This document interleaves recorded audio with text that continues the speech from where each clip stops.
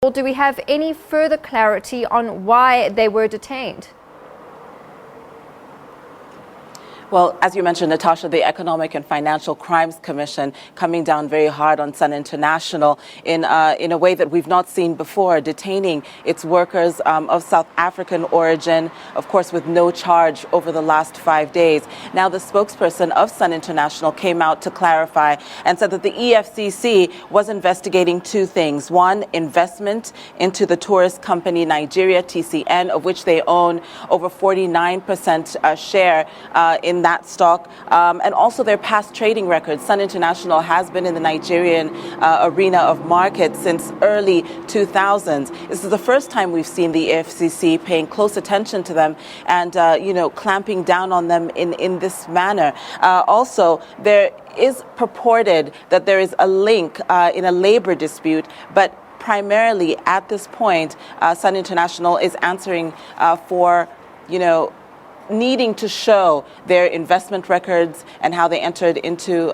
the Nigerian market, and also looking at their current trade records. However, the reason as to why its employees were detained has not been formally given by the EFCC nor its spokesperson at this time. Natasha. So what are authorities saying? Because we know then that Sun International had to provide specific paperwork and information to the authorities with regards to this.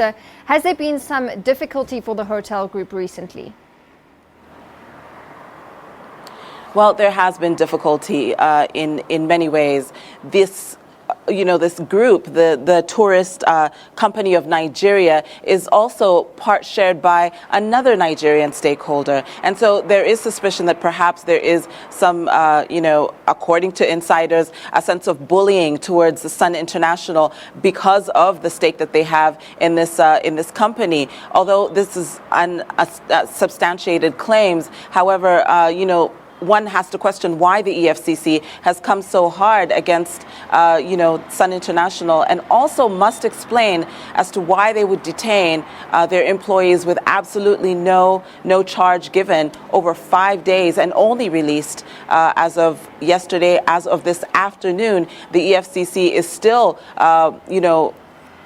being looked at or awaiting some kind of response. The only outright response that we have received is from the Nigerian High Commission and also the South African High Commission, who brokered their release. And those South African citizens are now out of the jail system. But obviously there is indeed investigation going on at this point. Natasha. And Sophia, what do we know about the 3 South Africans that were detained?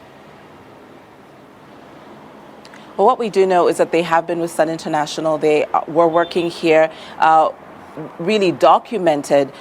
There seems to be no personal focus on the individuals. It's just their relation to Sun International as their employees is really what it's about. And I really must admit, very little has been given to the public in terms of really understanding the basis of these arrests. And that is why questions are being asked directly to the EFCC, and also Michael Farr, the spokesperson of Sun International, really failing to give the public information as to why his company would be targeted in such a way.